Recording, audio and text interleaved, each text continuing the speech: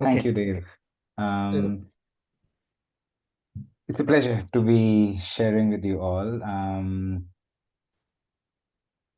I'm presenting an exploration of what education should and could be for us to transition from the current crisis that we face on different levels as humanity.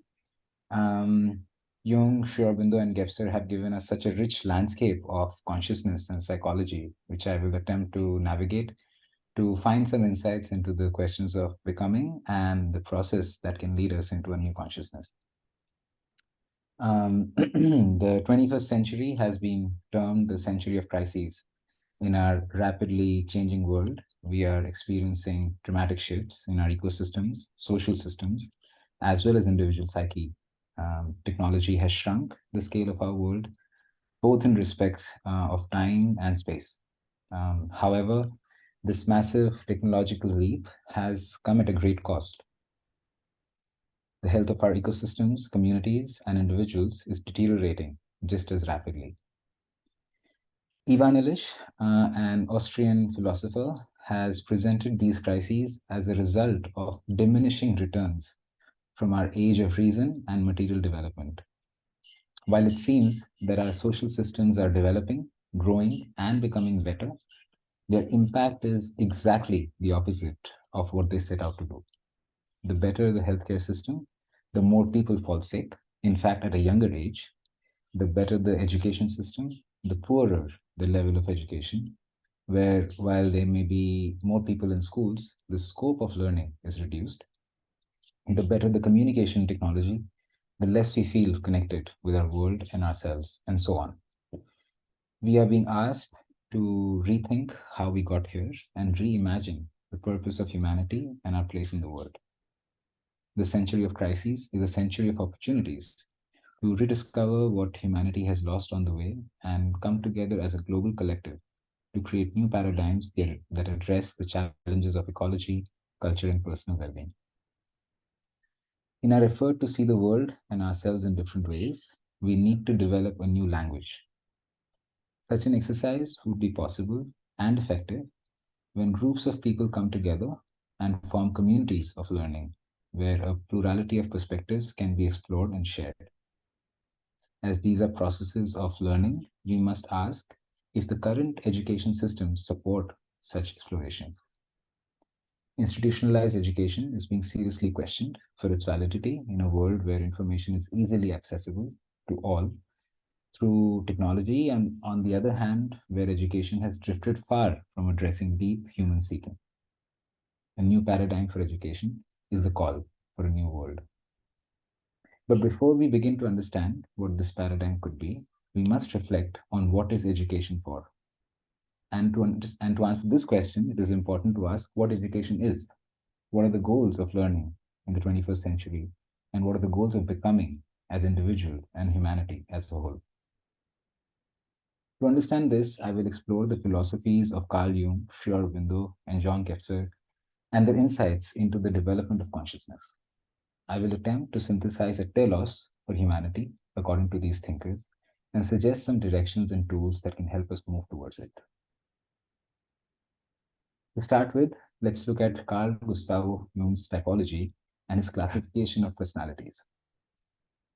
Jung introduced a model of looking at different aspects of human psychology and identifying which aspects are more dominant in a person than the others.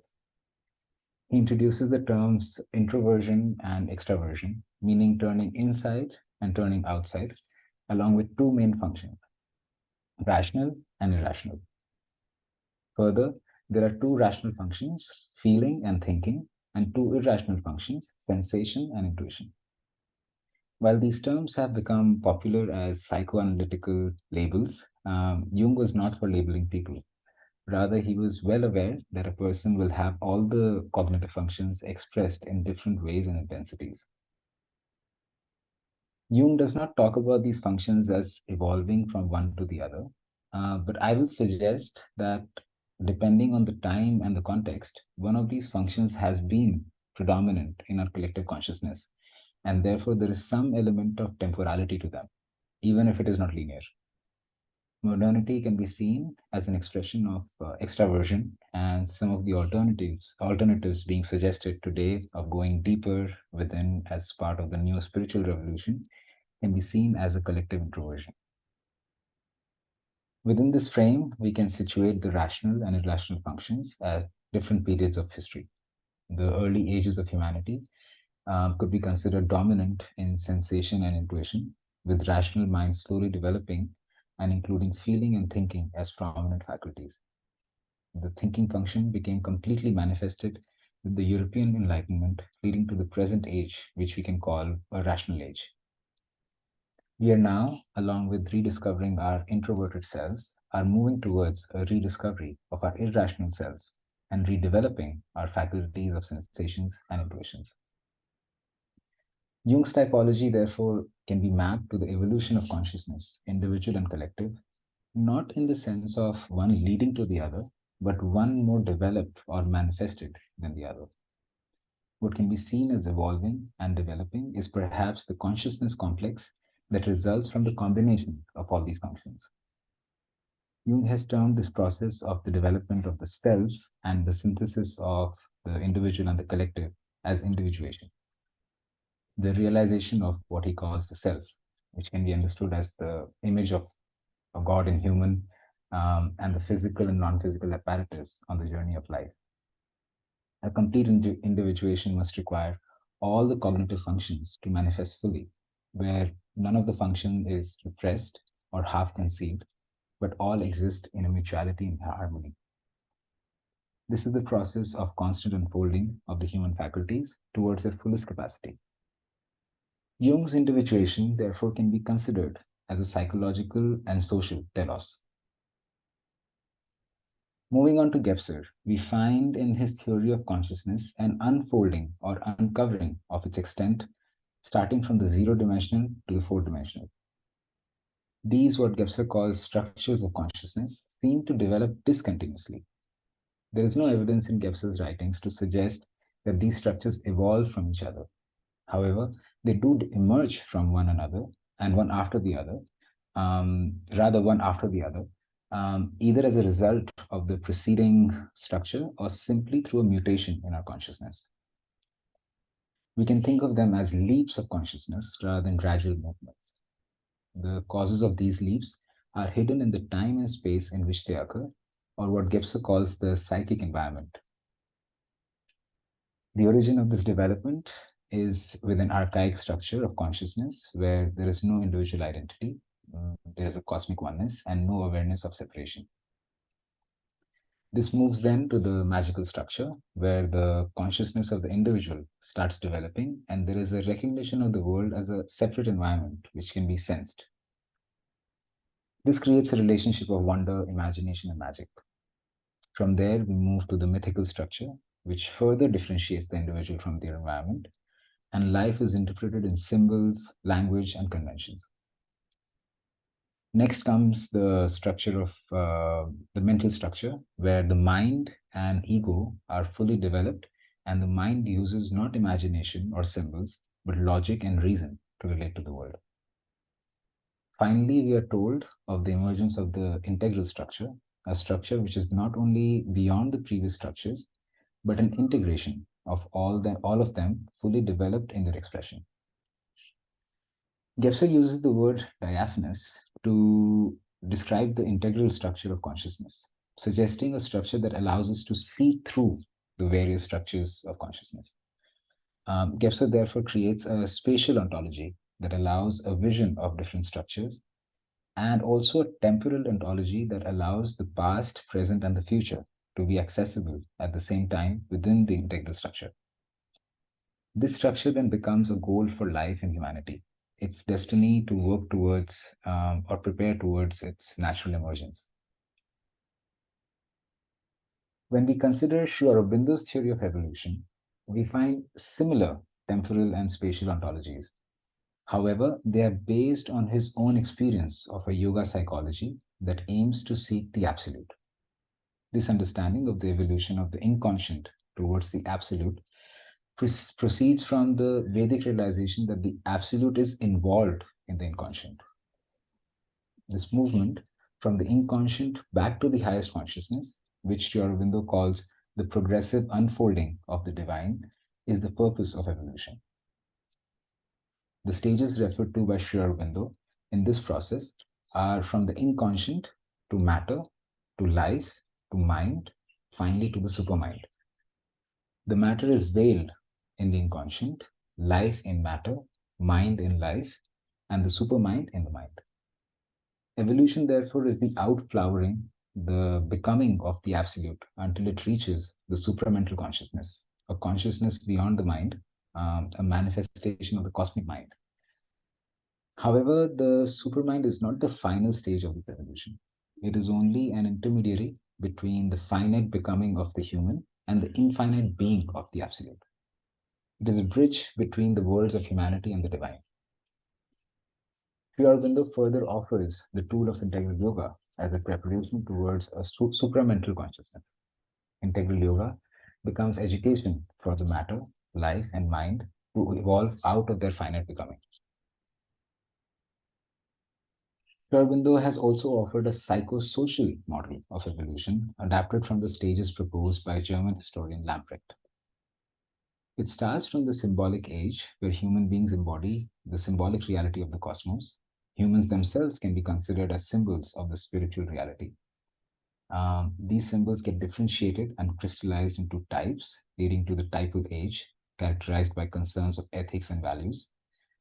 These ethics and values further get reified into conventions, which become more and more rigid over time until the walls crack and there's the emergence of the individual age, an age of seeking to free the human spirit from the rigid structures of society, conventions, and institutions. There's an emphasis on externalization of everything so that the mind can observe, analyze, and categorize.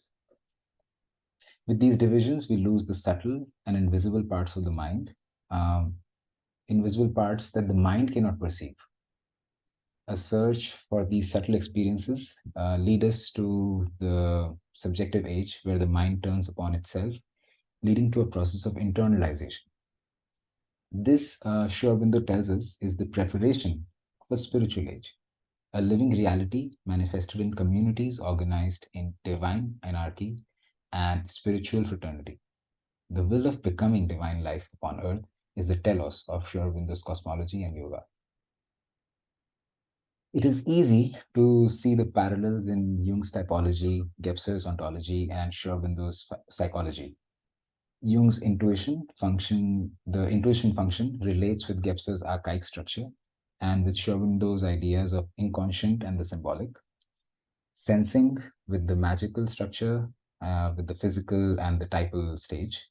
Feeling with the mythical structure, with the vital and conventional age.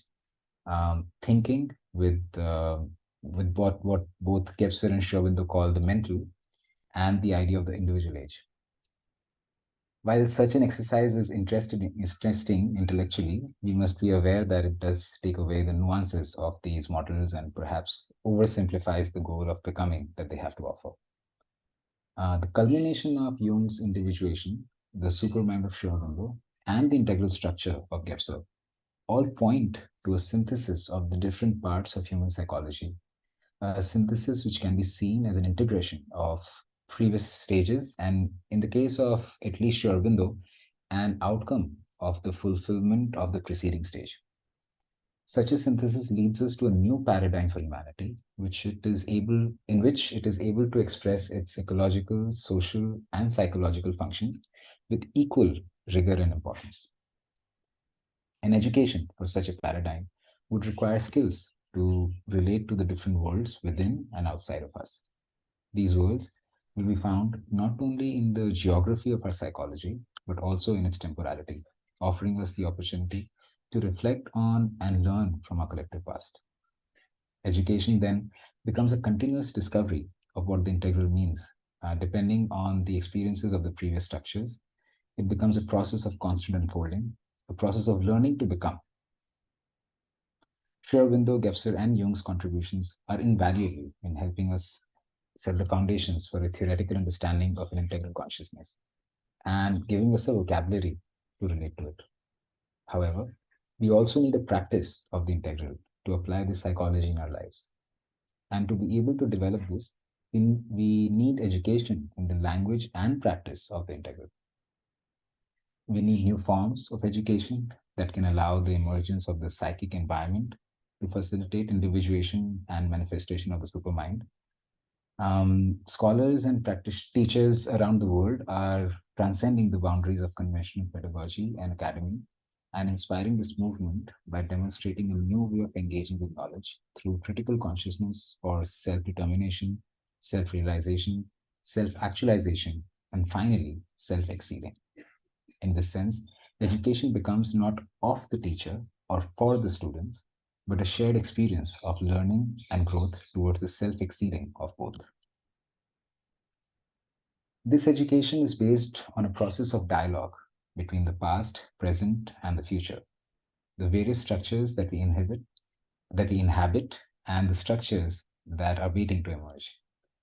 Education needs, therefore, to be based on dialogical methods where the individual comes in direct communion with himself and the outside world. The orientation of such learning would be as objective towards the outer as it would need to be subjective towards the inner. This widens the scope of education from merely understanding matter to also an understanding of our relationship with it, of what it evokes in us. Such research and education could help us learn more deeply about ourselves and transform human life into a divine practice of becoming. Contrary to this idea, today we are losing our awareness of the deep interconnections we have with our natural world, and the speed of modern life is even making it hard to keep up with the healthy social life. The results of these have become obvious in many places with rise in anxiety. I'm sorry, isolation, depression, and other acute health issues in people from a very young age. In my experience, an antidote to this and a tool for the future education is working with the soil in an effort to grow one's food. It is not only a psychological tool to develop a wider consciousness that connects us with the natural world, but I think in today's time, it is also an opportunity for creative resistance to the large scale globalization and modernity paradigms that are challenging the very notion of what it means to be human. Agriculture, which is the culture of the land, also presents the opportunity of creating new communities of learning in nature and new kinds of social organizations. By rediscovering our connection with the soil and by reclaiming our agency of nourishing our communities, we allow ourselves to become active participants in the evolution of consciousness, creating a space to learn and develop a psychic attitude to receive the emergent structures and stages of consciousness. We are seeking not a mere transmission of knowledge, but creation of new cultures where knowledge is built on and new knowledge gets realized. A new education and a new form of agriculture can help us to create a new ethic for how we deal with our planet, the biodiversity of plants, animals, and various big and small beings, and each other towards a full realization and even extension of the human potential. The scope of language offered by Jung, Gebser, and Sri Aurobindo, and the opportunities of practice offered by cultures based on land in communion with nature can help us create the field for these realizations, wherein we can imagine education as a practice of becoming an ever progressing outflowering of our individual, collective, inner and outer nature, which realizes the plurality of life, of thoughts, feelings, and expressions towards an integral life. Mustn't education be for this and anything else less worthy of our pursuit? That's the question that I'm asking. Thank you.